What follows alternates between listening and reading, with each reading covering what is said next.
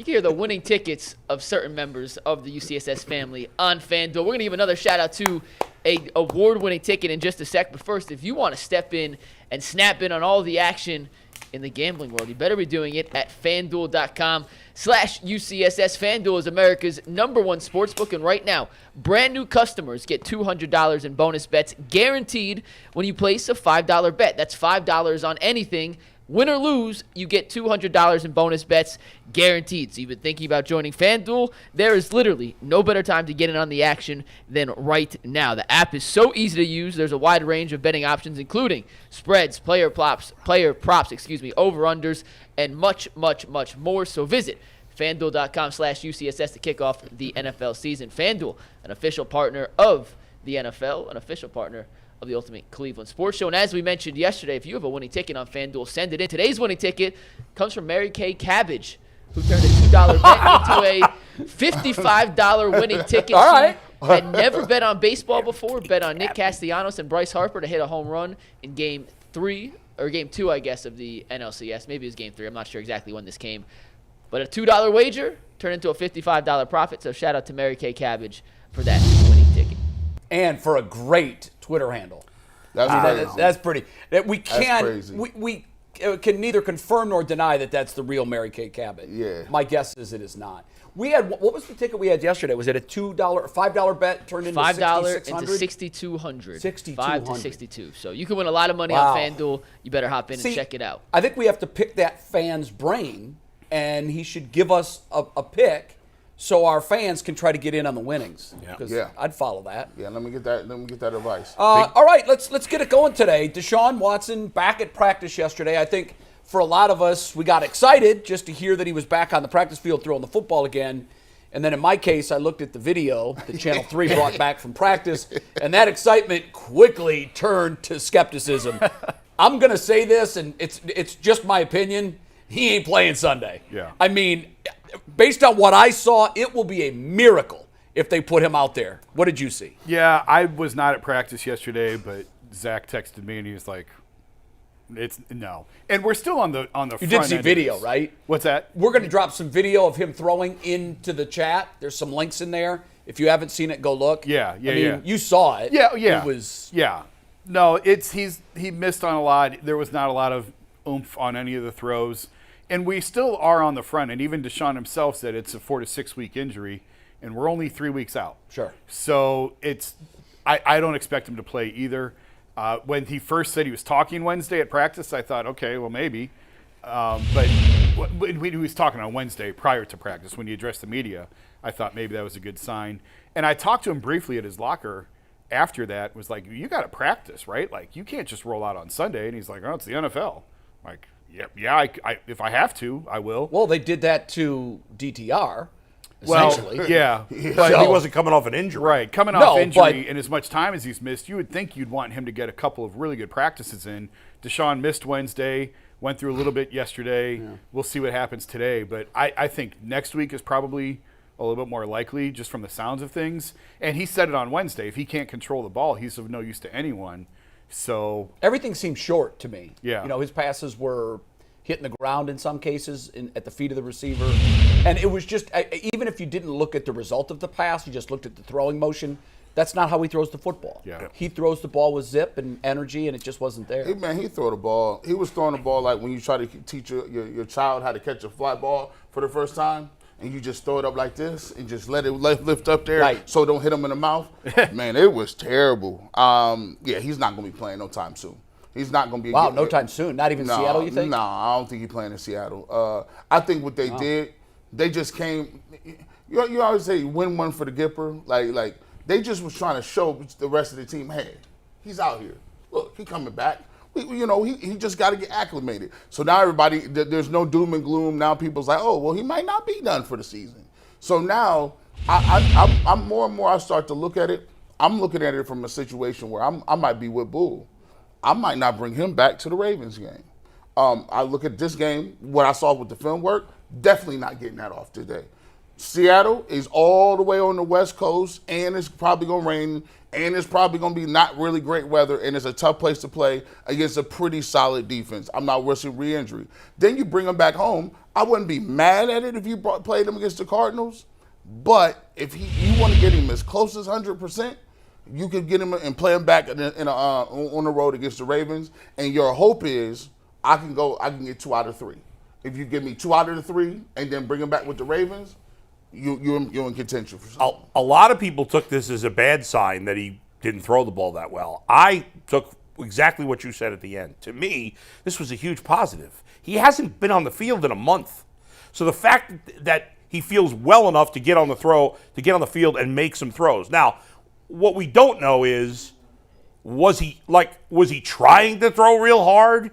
I would and hope couldn't? not. Or I mean, was Bernie said was yesterday this just like, not to. hey, get out there, throw it a little bit, Right. don't, and, sometimes if you're not going 100%, you just kind of try, you're going to drop some bad passes short because you're not giving it your all.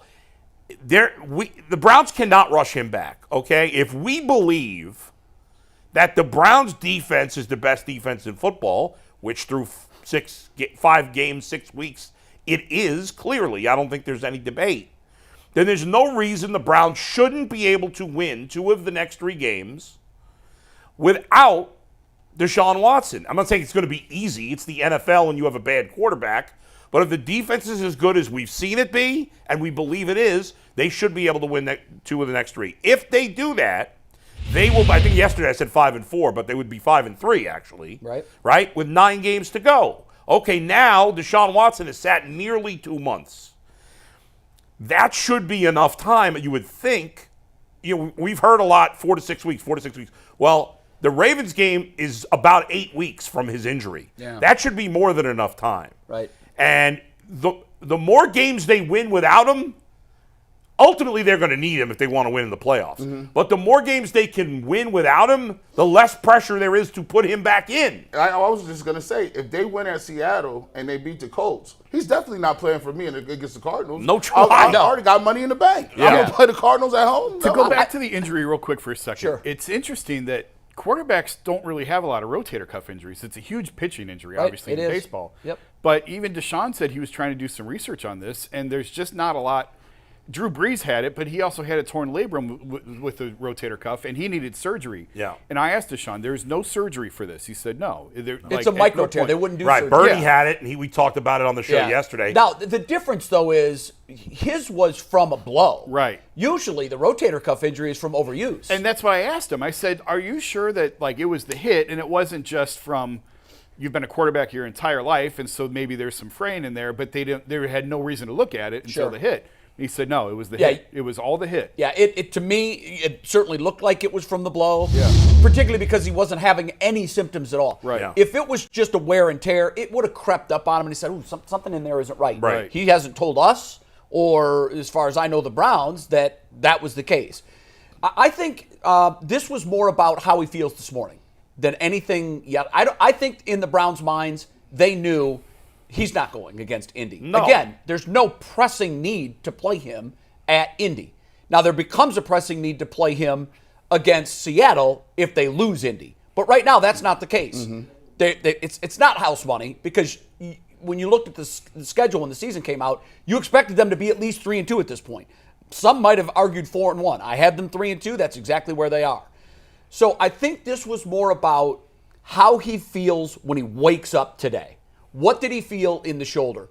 Because I know when I've had the injury, and it wasn't a rotator cuff, it was a bicep tear and a labrum. You throw, and then you see how you feel the next day. And that's going to tell you, your body's going to tell you, oh, it's okay. It doesn't feel nearly as bad as I thought it would. Yeah. That would be a good sign. He's the only guy that knows that right now. Hopefully the media folks will find out later today exactly where he was when he woke up. But I think the plan all along, once he sat out the San Francisco game, give him a couple weeks. It wouldn't surprise me if he didn't practice today, because if he's not playing Sunday, I agree. Why have him practice 2 days in a row? And take reps away from right, PJ. and get you got out there. Well, now next week you get out there twice. We'll see. Do we know if he took first team reps or not? I don't. Well, I don't Because that know. would be a big. I heard it was split. Yeah, it was. He did throw some balls. The way it was described to me was he would throw a ball to a tight end on a fade or a wide receiver, and then he would throw one to Njoku, and then he would step out, Right. and PJ would come in. Then he would throw another ball on a fade. PJ would come in, take all those reps. So he was mixing in, but I don't think it's a deal where he's stealing a lot of reps Yeah. from PJ at this point. I heard the same thing. But Guys, yesterday Bernie talked about the fact that, he heard it, and then he felt good the next game, and then it got worse as he played. Right. But the huge difference is here, Bernie had the injury and then immediately played the following Sunday. Right. Yeah. And then he had 1 week off because of a bye, and then he played again. So by the time it got really bad for him, well, he was now playing his third game in 4 weeks. Right. Whereas, assuming Deshaun Watson doesn't play this week, and as of now we're all on the same page on this, it's going to be at least 5 weeks till he plays, where, again, Bernie played 1 week later. Right. That's a massive difference It is. in the two situations. Yeah. I would caution, though, the whole, well, if you win, you wait a week. The Browns have no margin for error in terms of giving games away in this AFC race. Yeah, I thought of that, when too. When he's ready to go, he goes. Yeah, period. and when you're playing teams that you should win, those are games you think you should win with your starter, not Yeah. your backup. I know that, but I'm not saying. Obviously, if he's good to go, you play him. Even the Arizona game, if he feels like he's 100% and you feel like he's making all the throws, then fine. I don't think you sit him just because you've won the last two. But on the other hand, if they lose to the Colts, you don't rush him back the following week. I agree. Just because you lost but there's to the Colts. two parts to this, I think, guys. One is he says he feels ready, but that's not the green light. The green light comes in practice when the coaches see he's making all the throws we need him to make for us to Sure. win. You gotta have both, And once yeah. you get both parts to that, he's back on the field. Yeah. And I think short of having both parts of that, he sits. That's right, and that It goes back to what he said when he can control the ball. When he can control it, when he can put it where he wants to go. He said the pain isn't really a factor. He can deal with That's the what pain. Bernie said, too. Yeah, he said it's not about I can deal with the pain, but if I can't control where the ball's going, then I'm of no use to my teammates. And he's 100% right. That's Yeah. true. So as soon as he can control it, I think he's back. I don't think you look and play the schedule game of, okay, well, we won No. this one and this one, so we can afford, if we lose that one, they can't look at it that way. As soon as he's ready to play, as soon as he can control the ball, he's got to be back out there. blindly make your bet on when he plays his next game. I'm going to say the Seattle game. That's my guess. I'm going to say Arizona. I'll say Seattle. I'm gonna go with Arizona. Now ask me on Monday or Yeah. ask me at 4 o'clock on Sunday. We be lying to ourselves if we don't think that these wins and losses count. Because the calculus is there. I get that you want to get him back when he says he's cool, but everybody would consider it. They'd be like, well, we did win 2 games. Yeah. Can we extend this a little bit? Because Right. here's the thing, what Bernie said. You don't want Fumble. Oops. You don't want to get to the playoffs, and then you're really shot, right? Because Bernie said I threw the ball really well the 2 weeks after. Yeah. I threw the ball well, played really good, but over time it wore me down a little bit. So it's a tricky situation. Yeah. I think we are here because they did beat the 49ers, and we'll be conservative as long as they continue to Right. win games. But let's face it, guys. The Browns can't win a Super Bowl with P.J. Walker. No. We I know don't think that. anybody thinks that. We know that. Yeah. I mean, so, even I drink Kool-Aid, but nah. I ain't so Yeah, that's a so whole if you- different level of Kool-Aid. if you need some alcohol. Oh, with that's that Kool-Aid to alcohol. start So thinking if that you way. have to lose a battle in the middle of the season to potentially win the war, keeping Watson worth it. healthy, you Yeah. got to do it. Now, Bernie talked about yesterday too. It is the goal to make the playoffs, and what you have travels in postseason. So normally you want to be home for as long as you can be in the postseason. But what the Browns do travels well. Their defense, and it looks like right now the run game is the best part of their offense. We never thought we would think that without Nick Chubb, but it certainly isn't the passing game when you've got one wide receiver touchdown catch all year. So I would argue that neither part of the offense has been particularly good. no, if you had to pick one that is their bread and butter, I think it's the run. I don't see that. They didn't run well against Tennessee. They didn't run well against What is Baltimore. their rushing yards and receiving yards on the season? I'm going to guess they've actually thrown for more yards. I'll pull it up right Well, now. most teams do. Just That's because also passing gonna, yards that also is going to include Nick Chubb for the first game and a half. game and a half. Yeah. So So they have thrown, as a team, for 991 yards this season. They have rushed as a team for 735. Okay. I think they're more of a throwing team without Nick Chubb than a run team. Yeah, and that's especially terrifying. when Watson's that's terrifying, playing. given where Especially Well, when listen, Watson's if that's the playing. case, you got a problem. Yeah, Their offense is Because not good just right like now. you We know can't that. win a quarterback or a Super Bowl with this quarterback, you're going to be really hard pressed to win a Super Bowl with this passing game. Period. Or Quarterback, just wide receivers, throwing the ball to everything. David Bell. I don't like, agree with that. 100 If Yeah, I don't Watson's know that I healthy. agree with that. If Watson's healthy, and we were talking about this when Mikey was going over the trade proposals that he came up with earlier this week. Receiver over running back. And the point I made to him upstairs was, they're content, I think, with their receiver room because they haven't had any injuries to the receiver room. Everything we hear is that they are. I don't think they should be. But it's been the quarterback play that has, I think, not allowed us to really grade what they have at receiver because outside of one game, they've had terrible quarterback play all year long. But So we Watson don't was there really- for 3 of them. I agree, but he was terrible. So they first 2 games. had one good game of quarterback play. So I don't know that necessarily receiver is as big of an issue as we think it is. They haven't anyone to give him the ball. Running back is the issue. They Right. lost Nick Chubb. Here's the thing, though, when it comes to like the quarterback and the wide receiver, as I see it, the top tier of quarterbacks, the elite tier, if you will, those guys make everybody better. Now, Deshaun Watson in Houston was that guy. In Cleveland, he hasn't been. That's to be determined whether he can still be that guy. Right. On the other hand, there's a handful of receivers, and the Browns, even Amari Cooper, in my opinion, is not one of them because I think there's like maybe 6 or 8 of these guys. There are a handful of wide receivers that make the quarterback better, Right. Or at least, or at least are immune to even if you don't have a good quarterback. Josh Gordon was a guy like that. They can still put up good numbers. They could still put up big numbers Right. because they're that special a Yeah. guy. When I look at it, go ahead. And if you don't have one or the other, that's when there's a problem in the Right. passing game. My problem is that you have now in the AFC, you have teams who have a quarterback that makes everybody better, but they still have weapons that are guys that can really make a quarterback better. So they 2 up on you. It's not just one. Yeah, the Bengals, the Cincinnati Chiefs, has one of each. the Bengals, Chiefs, and Bills all have the one. I mean, receiver and Kelsey's the a quarterback. tight And the end, but Dolphins still. might have 2.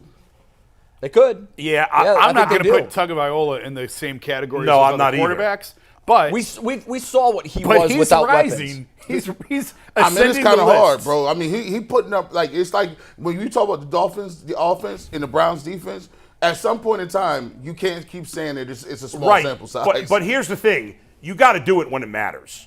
And he hasn't done that yet. Yeah, And he's neither been- is Watson, really. He been, my thing is, when you watch all 22, there's not much separation. Like, you got DPJ and some of the other guys.